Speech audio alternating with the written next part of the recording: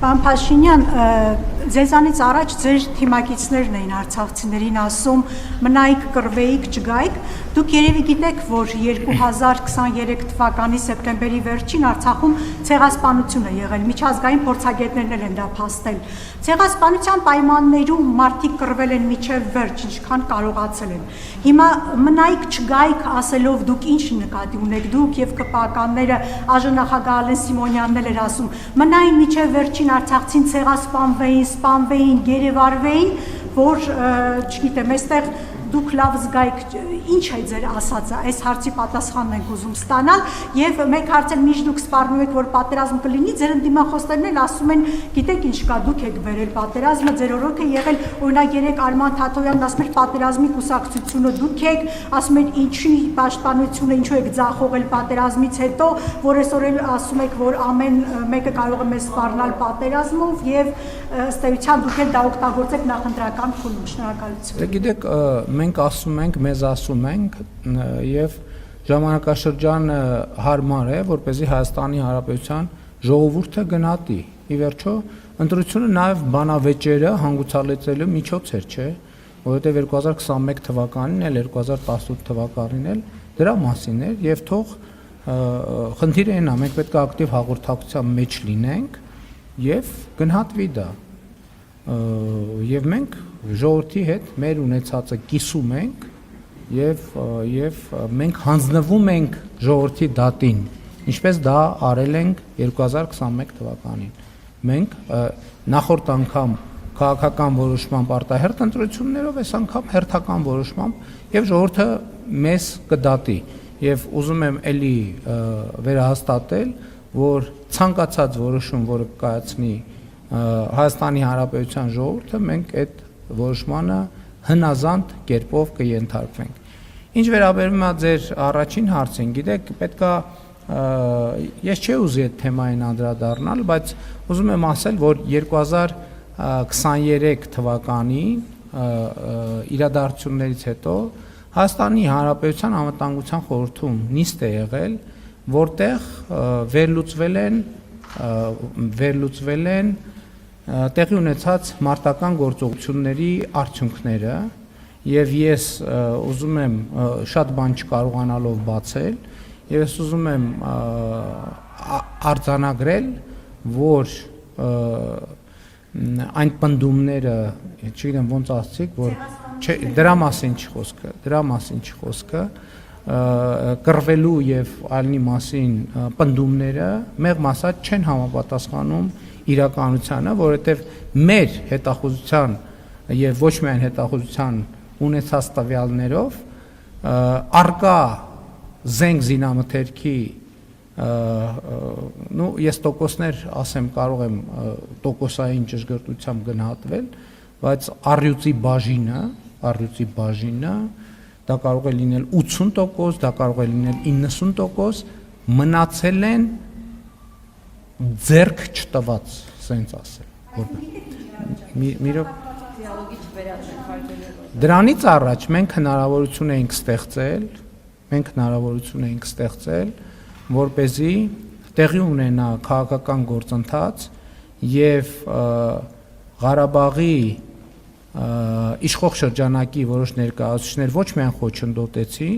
այլև իրականացրեցին իշխանափոխություն Ղարաբաղում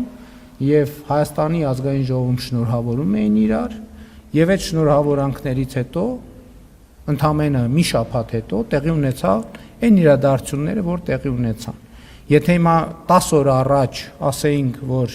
տեղի են ունենալու սուր իրադարձություններ, այս ամենը չնայած ասել ենք, ենթադրում եմ ազգային ժողովում այդ ժամանակ քաղաքացիական պայմանագիր խմբակցությունը շատ ակտիվ էր եւ տալիս էր գնահատականներ, թե դրա հետևանքները ինչ էր լինելու, եւ բայց ի հեճուկս այդ գնահատականների եւ զգուշացումների մարդիկ իրար շնորհավորում էին, ասում էին, որ հիմա տեսեք ինչ են անելու Ղարաբաղում, հաջորդիվ ինչ են անելու Հայաստանում եւ ես ուզում եմ հաստատել դա, որ նրանք այն ինչ որ արեցին Ղարաբաղում, հաջորդիվ ուզում են անել Հայաստանում եւ այդ մարդիկ ընդ որում նրանց մի մասը Հայաստանում իշխող շրջանակների եւ քաղաքական ուժերի ներկայացուցիչներ են բառից բուն իմաստով փախան Ղարաբաղից, ընդ որում ինձ մեղադրելով, որ սահմանները մենք փակել ենք եւ թույլ չենք տալիս, որ ժողովուրդը դուրս գա։ Եվ ես նույնիսկ հիշում եմ քաղաքացիական հասարակության ներկայացուցիչների հետ, այդ ժամանակ ես Բաղրամյան 26-ում էի նստում, քաղաքացիական հասարակության ներկայացուցիչների հետ հանդիպում տեղ ունեցավ, որտեղ նրանք եկել էին եւ ինձնից պահանջում էին, որ ես սահմանը բացեմ։ Ես ասել եմ, որ սահմանը փակ չի բնականաբար, բայց նաեւ ուզում եմ ասել, որ Ղարաբաղի ներկայացուցիչներին ես այն ժամանակ զգուշացրել եմ, ասել եմ, եթե դուրս եկաք, իմացեք այլևս վերադարձի հնարավորություն չի լինելու։ Եվ ինչ վերաբերվում է ձեր գնահատականներին, գիտեք ինչ, մենք բավարար է արդեն մեր ժողովրդին սնենք նոր ցեղասպանությունների մասին տվյալներով։ Եվ ընդհանրապես այդ ցեղասպանությունների մրցավազքը պետք է դադարեցնել։ Ասենք, երբ որ մեր տարածաշրջանում բոլորը բոլորին մեղադրում են ցեղասպանությունների մեջ։ Եվ ելի եմ ասում, ցեղասպանությունների մասին խոսույթով մենք ստանում ենք կամ դժվար է ասել, որից հետո է եղել,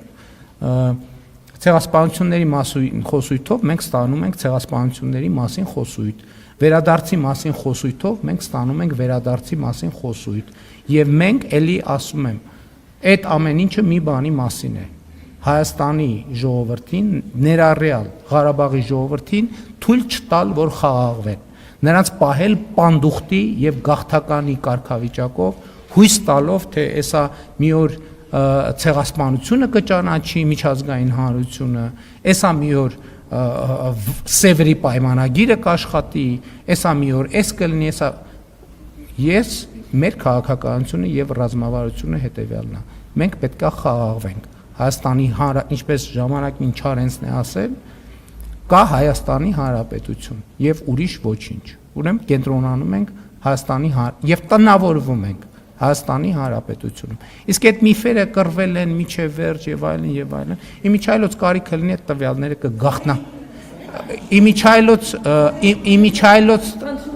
Իմիջայլոց անհրաժեշտությունը լինի, ես համոզված եմ, այս խմորը ջուր կտանի, կթողենք, որ լավ տանի, որ Լեռնային Ղարաբաղի բանակցային գործընթացի փաստաթղթերի նման ճիշտ պահի ես կորոշեմ, երբ որոշում կայացնեմ, այդ ամեն ինչը հրապարակեմ։ Սուտ է, չի եղել տենց բան։ Չի եղել տենց բան։ Փախել են, ճողոպրել են։ Շնորհակալություն։ Հարգելի գործընկերներ, նախորդ անգամ շուրջ 1 տասնյակ գործընկերներ, այդ թվում դուք, հարգելի Ռոզա, իրավունք ունեցաք հարց հնչեցնելու ժամանակի սղության պատճառով։ Ասուլիսը տևելու է 1 ժամ, այնպես որ երբ որ ձեր հարցը հնչում է, որևէ մեկը չի միջամտում։ Խնդրում եմ դուք էլ նույնք եք։ Շնորհակալ եմ։ Ընդ որում փախել ճողոպրել են, այդ թվում, ընդ որում 44 օրյա պատերազմի ժամանակ էլ այն պլանի ներքո, որ այդ բանի այդ ճողոպրումը ներկայացվելու է որպես Հայաստանի կառավարության դավաճանություն եւ դրա